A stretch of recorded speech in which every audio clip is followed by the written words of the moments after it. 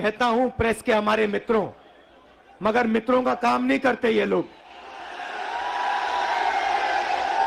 हमारा छोड़ो, जनता के मित्रों का काम नहीं करते ये। क्योंकि अगर आपके मित्र होते तो आपको देश की सच्चाई दिखाते, बेरोजगारी के बारे में बताते, महंगाई के बारे में बताते, मगर नहीं, ये तो आपको चीता के बारे में बताते हैं।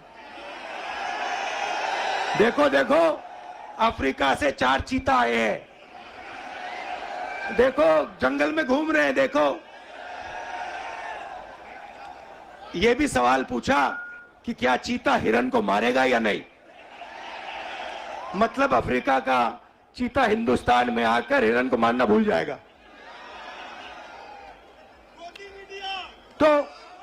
तो मित्र तो है नहीं। अच्छा, मीडिया बात नहीं उठाती जनता की, तो हमने सोचा पार्लियामेंट में भाषण करो। डिमोनेटाइजेशन, नोटबंदी के बारे में भाषण करने की कोशिश की, गलत जीएसटी के बारे में बोलने की कोशिश की। जो हम जमीन अधिग्रहण कानून लाए थे, जब नरेंद्र मोदी जी ने उसको रद्द करने की कोशिश की, हमने पार्लियामेंट हाउस में बोलने की कोशिश की, वहां पे माइक ऑफ कर देते हैं। देखो ऐसे, हेलो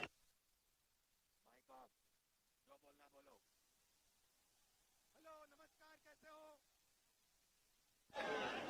तो एक तरफ मीडिया बात नहीं उठाती, दूसरे तरफ माइक ऑफ कर देते हैं।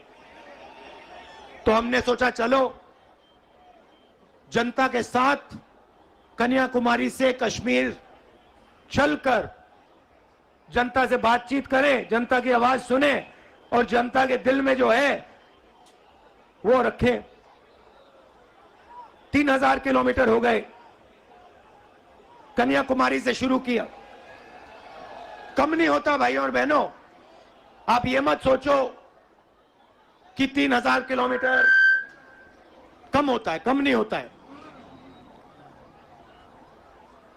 110 दिन हो गए, मगर अजीब सी बात है, थकान नहीं है। आप देखिए, मेरा चेहरा देखिए, कोई थकान नहीं है। लोग पूछ रहे टी शर्ट में कैसे चल रहे हो। ना थकान है ना ठंड लग रही है मुझे। अब मैं क्या बोलूं।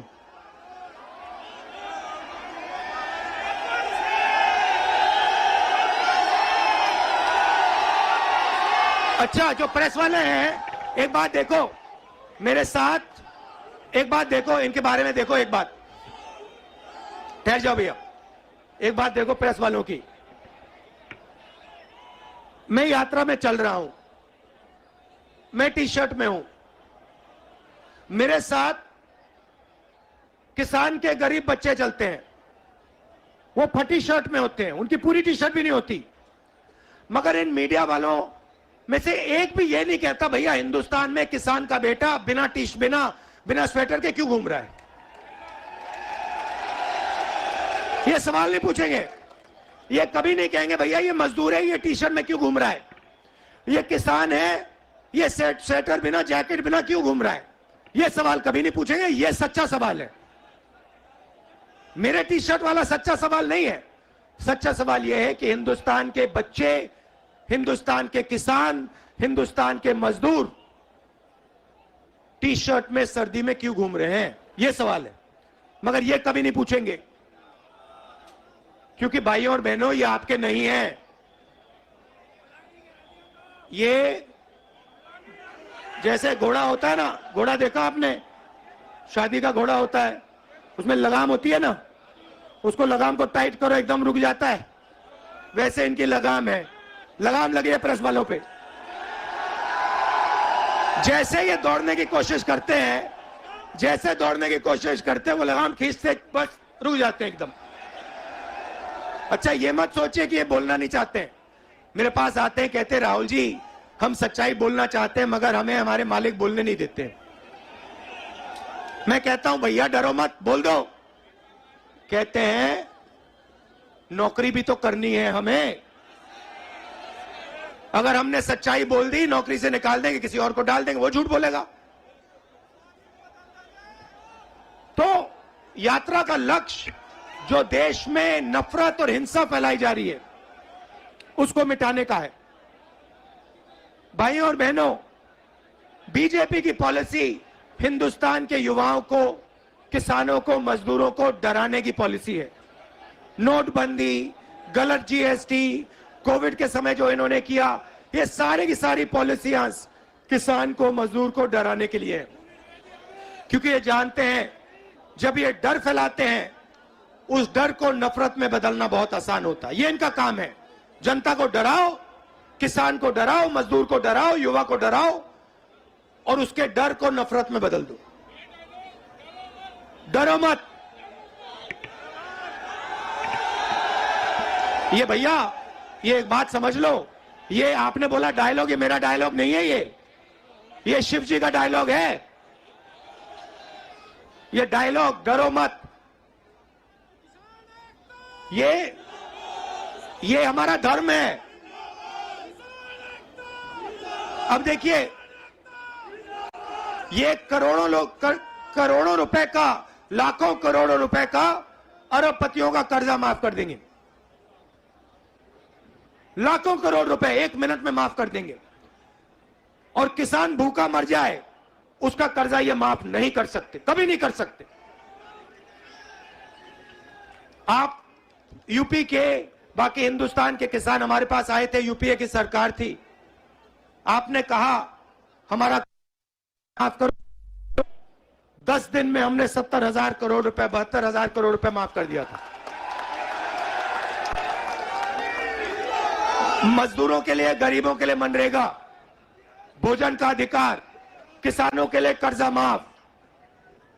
तो हम डर को मिटाने की राजनीति करते हैं क्योंकि हम जानते हैं अगर ये देश डर जाएगा इस देश का फायदा नहीं होगा। अगर नफरत फैल जाएगी इस देश का फायदा नहीं होगा। भाइयों और बहनों, दो और मुद्दे हैं यात्रा के। एक है महंगाई, और मैं आपसे पूछना चाहता हूं, प्रधानमंत्री जी आते थे जब यूपीए की सरकार थी, कहते थे गैस सिलेंडर 400 रुपए का हो गया है। 400 रुपए का गैस सिलेंडर हो गया। भाइयों बहनों, आज कितने का है? मगर आज प्रधानमंत्री नहीं आते, आज आकर नहीं कहते कि भैया 1100 का हो गया। अच्छा, एक और सवाल है भैया, ये जो 1100 और 400 रुपए का फर्क है, ये किसके जेब में जा रहा है? ये किसी ना किसी के जेब में तो जा रहा है ना। मतलब ये आसमान में तो नहीं गायब हो रहा। तो याद रखिए, ये नरेंद्र मोदी जी के जो खास मित्र हैं, 3-4 खास मित्र हैं, ये जो आपके गैस सिलेंडर का पैसा आपके जेब में से निकाला जा रहा है, उनकी जेब में जा रहा है। अच्छा भाइयों और बहनों, पेट्रोल का क्या दाम हुआ करता था यूपीए के समय? 60 रुपए। आज क्या है? 100।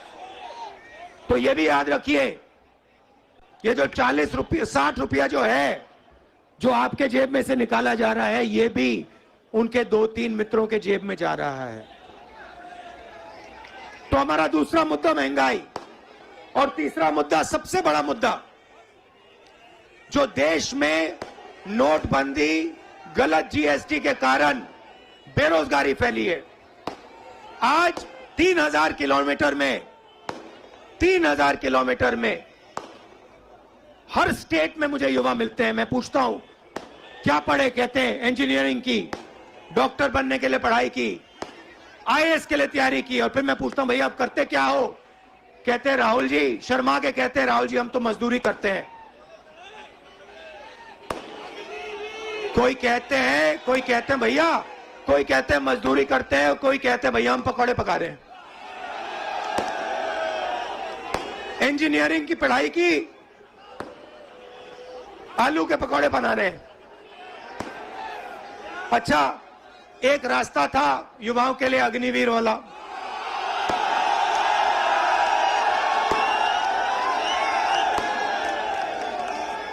उसमें क्या था? सुबह युवा उठते थे, 4 बजे उठते थे, दौड़ते थे। यूपी में आपको हर सड़क पे दिखेंगे, देश की रक्षा करने के लिए दौड़ते थे। और सपना था एक दिन बॉर्डर पे जाके देश की रक्षा करेंगे, तिरंगे की रक्षा करेंगे, सपना था। युवा 15 साल सेना में सेवा कर सकता था, उसके बाद उसको पेंशन मिलती थी। नरेंद्र मोदी जी ने कहा नहीं भाई, ये 15 साल वाली बात छोड़ो, पेंशन वाली बात छोड़ो, ऐसे करते हैं 6 महीने ट्रेनिंग करो, बंदूक पकड़ो, 4 साल रहो, फिर जूता मार के बाहर निकाल देंगे और उसके बाद बेरोजगार हो जाओ। नया हिंदुस्तान। और जब युवाओं ने कहा कि हमें यह अच्छा नहीं लगा, और जब युवा सड़क पे उतरे, नरेंद्र मोदी ने क्या कहा? नरेंद्र मोदी जी ने क्या किया? उन्होंने उनसे कहा कि अगर तुम्हारी फोटो ले ली गई सड़क पे तो तुम्हें सरकारी नौकरी नहीं मिलेगी। तो देखिए, दूसरा रास्ता जेल, रेलवे का रास्ता, उसको भी एक के बाद एक बेच रहे हैं। उन्हीं 3-4 लोगों को बेच रहे हैं। एयरपोर्ट भी उनको दिए जा रहे हैं, पोर्ट भी उनको दिए जा रहे हैं, रेलवेज भी उनको दी जाएगी, LIC भी उन्हीं के हाथ जाएगी, BHEL, HL सब उनके हाथ जाएगा और हिंदुस्तान के युवा बेरोजगार होंगे। ये है नरेंद्र मोदी हिंदुस्तान। इसके हम खिलाफ हैं और इसलिए हमने ये यात्रा शुरू की है। और हम इसलिए नहीं थके हैं क्योंकि आपने अपनी पूरी शक्ति, अपना पूरा प्यार इस यात्रा को दिया है और लाखों लोग हमारे साथ खड़े हुए हैं, हर जात के लोग, हर धर्म के लोग। तो मैं आपको दिल से धन्यवाद करना चाहता हूं कि आपने इतना प्यार और इतनी शक्ति आपने हमें दी। इसके लिए मैं बहुत आभारी हूं, पूरी जिंदगी याद रखूंगा। बहुत बहुत धन्यवाद।